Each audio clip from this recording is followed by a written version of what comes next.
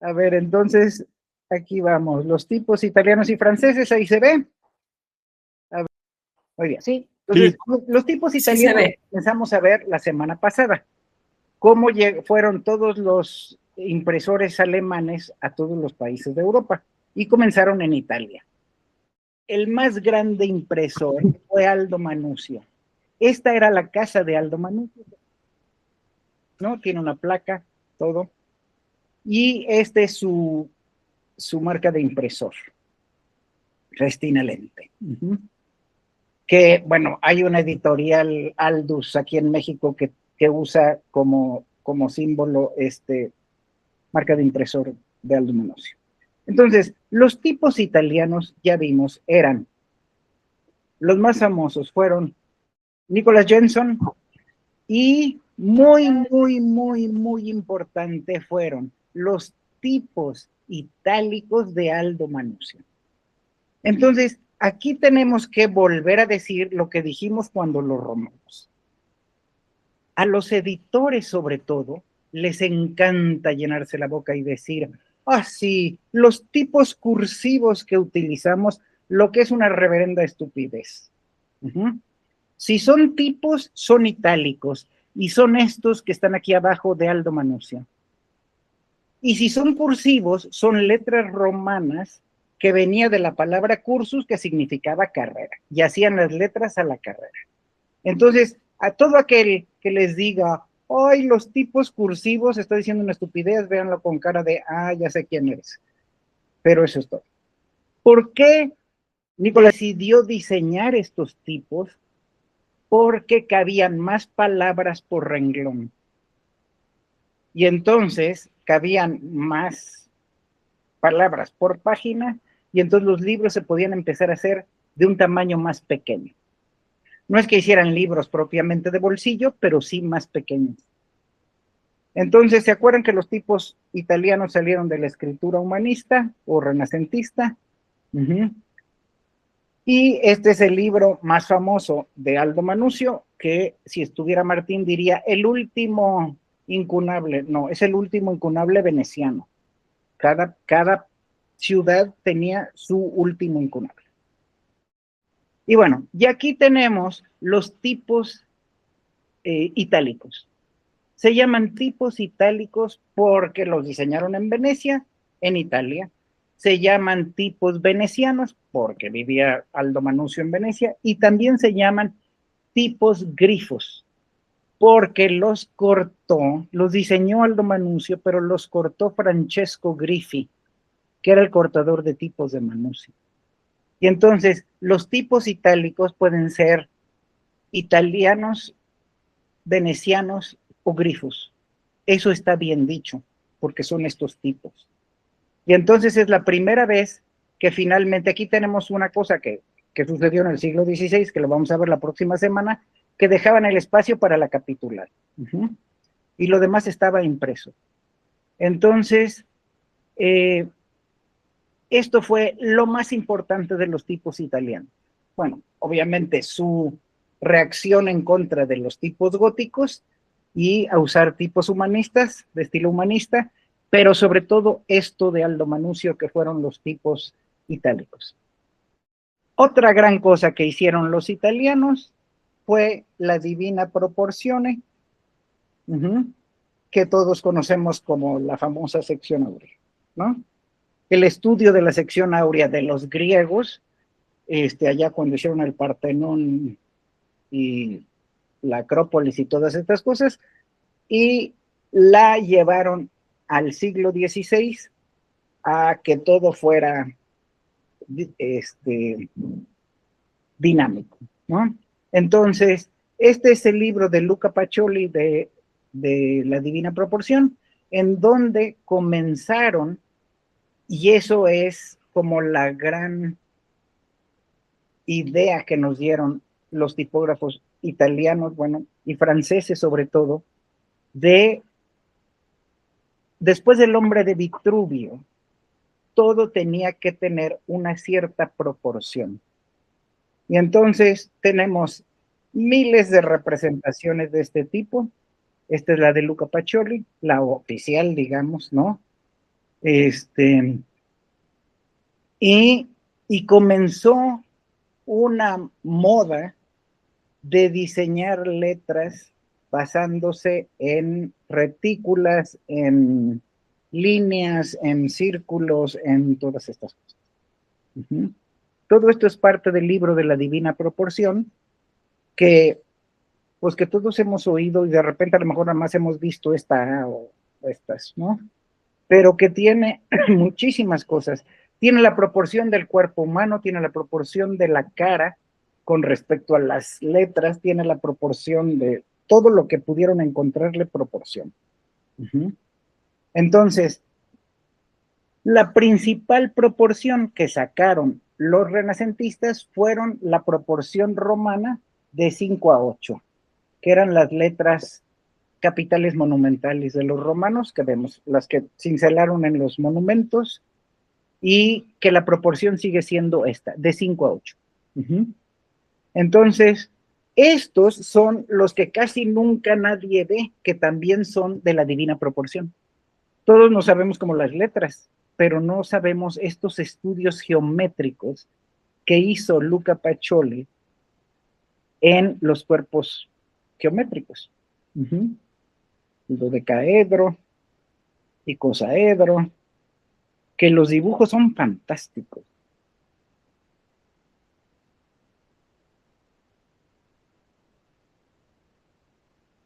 Septuaginta. Y bueno, ya hasta aquí acabamos con los italianos y comenzamos con los franceses. Los principales impresores franceses del siglo XVI fueron Robert Estienne, padre de Henri Estienne, Simón de Collins, Geoffrey Tory y Claude Garamond, que fue el más famoso, y ahorita vamos a ver por qué. Simón de Collins, este es su marca de impresor. Tenemos páginas de estilo renacentista, blanco y negro. Acuérdense que todo lo medieval tenía color. Lo blanco y negro es renacentista porque se imprimía de una sola tinta. Hombre, algunos tendrán dos, pero por lo general tenían una. Y estas orlas son muy características del siglo XVI. Tenemos estos otros, vean las orlas, son fantásticas y siempre son para el frontispicio de los libros. 1520, 1534. Y este señor es Robert Estienne, con su marca tipográfica, su emblema.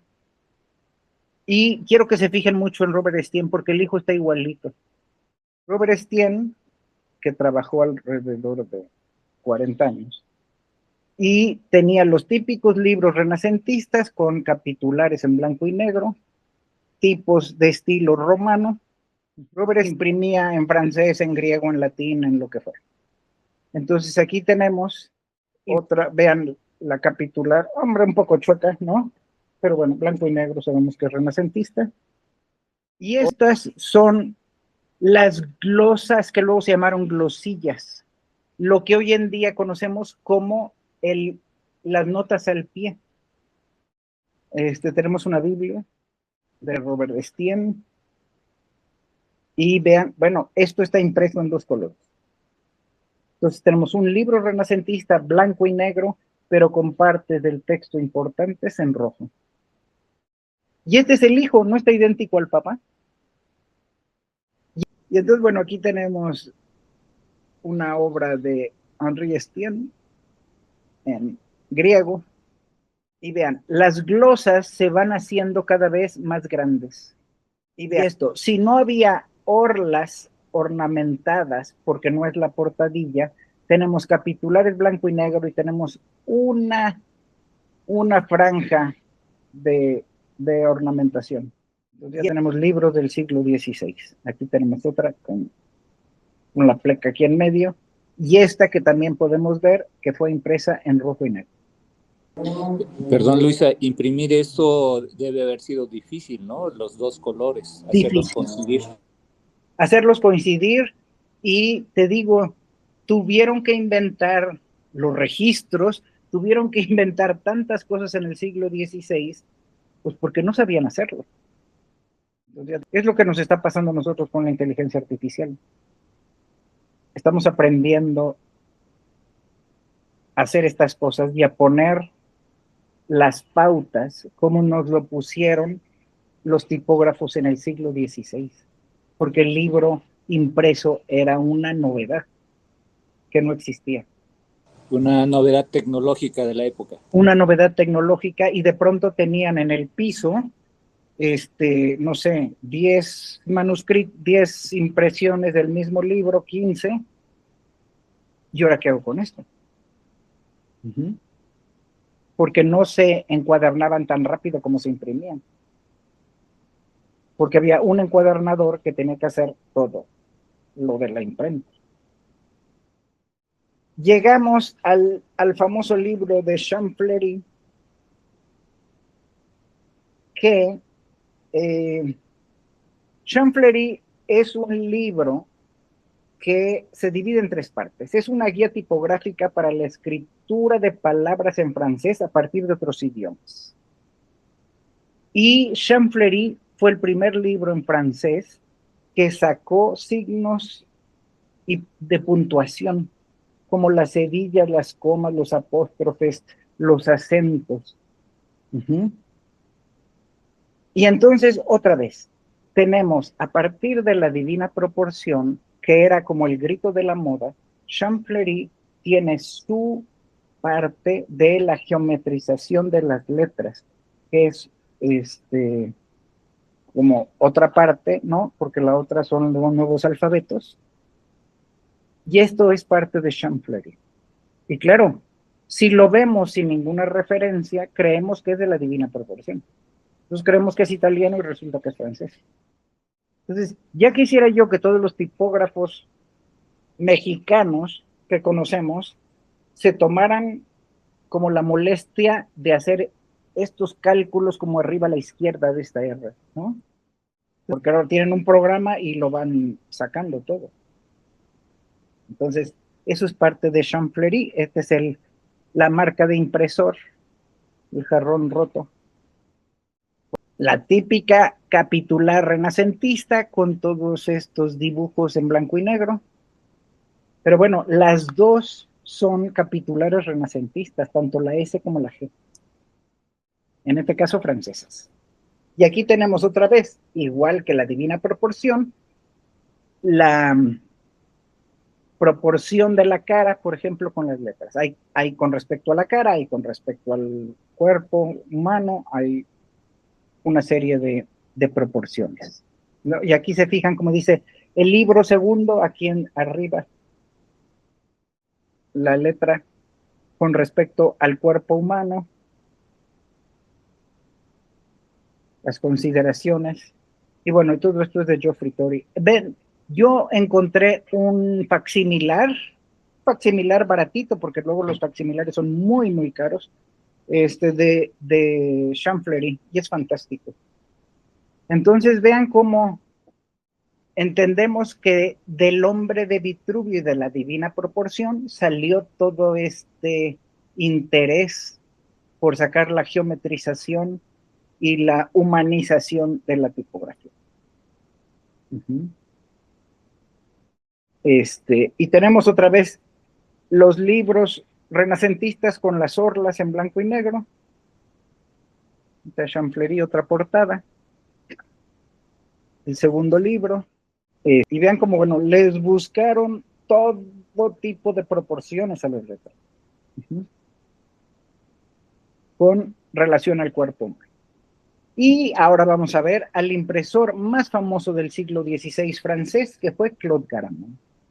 Claude Garamond fue el primero que vendió tipos a las imprentas. Y por eso existen en Europa tantos tipos Garamond originales. En el siglo XVI, cortar y fundir un tipo llevaba alrededor de 3 meses de trabajo. No todas las imprentas tenían capital para hacerlo. Entonces a Claude Garamond, que aquí lo tenemos, se le ocurrió: vendamos tipos a las imprentas. Y lo que vendió fueron los tipos Garamond. Los tipos Garamond fueron los primeros tipos de estilo antiguo. ¿Y cómo sabemos que son tipos de estilo antiguo? Primero, el contraste entre las partes gruesas y delgadas de la letra son casi inexistentes. ¿Por qué? Por el papel. El papel del siglo XVI, aunque fuera un papel de buena calidad, no tenía el suficiente protector para que la tinta no se chupara, no se sangrara.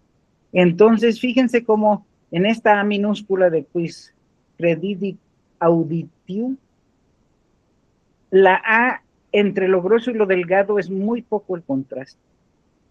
Eso es lo primero. Segundo, los ojos de las As minúsculas y las Es minúsculas son muy, muy pequeños. Y la A tiende a ser más estrecha que las otras letras, la A minúscula. Y entonces de ahí sabemos que estos son los tipos de Claude Garamond de estilo antiguo. Y aquí tenemos un catálogo de los tipos de Garamond, pero los tipos de Garamond era el tipo Garamond en todos sus tamaños. Vean que desde el más grande hasta el más chico, todos son Garamond. Y eso fue lo que él vendió. ¿Para qué meterse en líos si ya lo tenía listo y listo para fundirse otra vez? Entonces, este es el primer muestrario tipográfico del planeta. Esa es la importancia de este papel. Muy al estilo renacentista, orla negra, ¿no? Todo negro, y el catálogo de tamaños del tipo Garamond. Aquí podemos ver un tipo Garamond impreso y podemos ver que es inexistente el contraste entre los gruesos y los delgados, ¿no? Muy poco es. Tenemos las glosas o glosillas aquí a la derecha, y nos podemos fijar en los ojos de la A minúscula y la E minúscula, qué chicos son. Y con esto sabemos que esos son tipos de estilo antiguo. No podían haberse hecho de otra forma porque el papel no ayudaba. Y entonces, las letras de Garamond son claras y abiertas. Fuera de los ojos de la A y la E, las mayúsculas son relativamente grandes en comparación a la altura de las X. Los patines son cóncavos, anchos y con un ángulo hacia afuera de los fustes, ¿no? Fíjense en la T mayúscula que tenemos aquí arriba del T, ahí se ve muy bien los patines. La A es estrecha, los ojos de la A y la E son pequeños, y la G tiene un gancho angular en la parte superior. Por eso Garamond es el famoso francés del siglo XVI, porque fue el primero que vendió tipos a las imprentas, y las imprentas se los compraron, porque era más barato comprar los tipos a Garamond que hacer los suyos. Bueno, más rápido y más barato. Garamond se hizo millonario. Desgraciadamente murió en la miseria, seguramente fue un pésimo administrador. Por eso